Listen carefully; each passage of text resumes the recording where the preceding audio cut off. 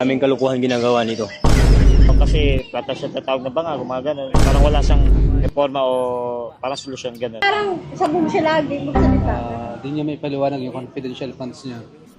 Yun lang naman. BM po ba or si Sarah? BBM po. Ang daming kalukuhan ginagawa nito. Tulad naman sir. Corruption. Di ba? Tapos, incompetent president. The worst president ever. That's all. Thank you sir. Kailangan ma-impeach. Si BBM po ba or si VP Sarah? Ay, naka-video ba yan? Nahiya naman ako nito. Sige lang po. Man, Honest opinion lang po sa kanila. para sa akin po si BBM. Kasi para sa akin, sa pananaw ko lang po kasi si BBM ang ma-impeach. Opo. Ang ma-impeach ba?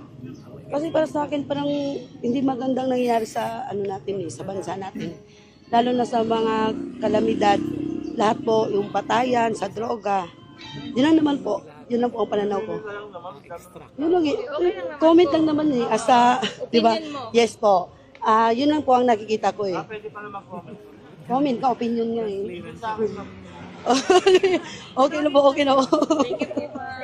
Hindi po yung dapat mapatalsik sa tingin. Hindi ko sure eh.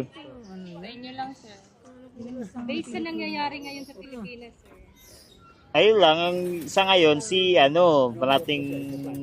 maraming hindi nagugustuhan si Bongbong. Pero kasi ito, wala akong ano dito Wala akong ano sa kanya. Impeachment lang, pero wala akong nakikita na corruption, parang hindi naman siya masyadong lumilitaw. Yun lang. So kasi pata siya tatawag na banga, gumagano. Parang wala siyang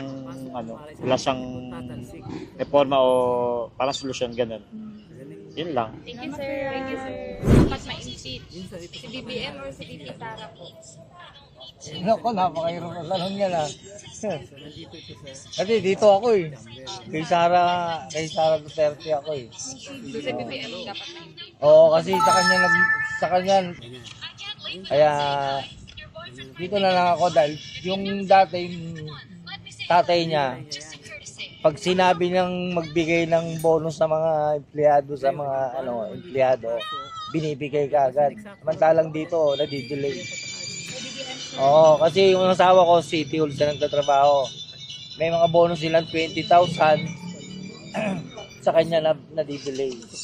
Pero yung tatay niya dati, pag sinabi, bigay ka agad. Oo. Thank you, sir. Baka lumabas sa media. Bakit po? Bunti. Wala mo siyang napalaw sa mga ano. Nang parang sabog siya lagi magsalita. Si Bongbong po yung gusto niyo ma-impeach. Thank you po. Dapat matalsik, may patalsik. Si BBM or si Vicky Sara po.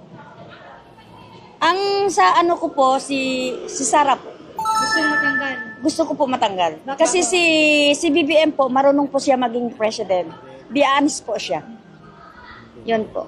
Thank you po. Thank you po. Gusto niyo po ma-impeach sa dalawa po? Si BBM po ba or si VP Sarah? Sarah. Bakit po? Sarah lang. Gusto niyo po mapatalsik sa posto, sir? Matanggal po. Oo naman, syempre. Bakit? Di niya may paliwanag yung confidential funds niya. Yun lang naman. And then, ayoko ng mga sinasabi niya sa media, yung mga pananalita niya, masyadong napaka-arrogant. So, yun lang. Your matanggal. Si BBM po ba or si Tungkol sa usapang impeach? Oh, impeachment. Tatanggalin sino? Sino sa dalawa yung gusto niyo matanggal ho?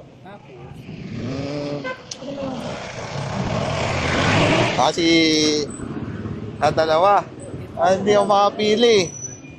Base lang sa mga ginawa nila kuya, pabor po ba kayo sa BBM or Vicky Sara? Sino mas matimbang sa inyo? Mas maganda siguro kung Yung ma-impeach, tingin nyo na walang ambag sa bayan or kulang yung ginawa sa bansa. Siya yung dapat ma-impeach. Sino sa dalawa po? Yung kulang or walang na ambag sa bansa? mahabal. Bongbong siguro. Bongbong Marcos po. Bakit po si Bongbong Marcos po?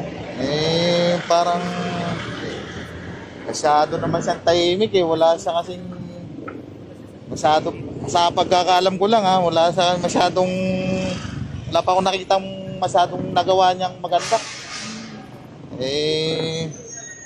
Parang kailangan siguro bago naman. Thank you, Kuya.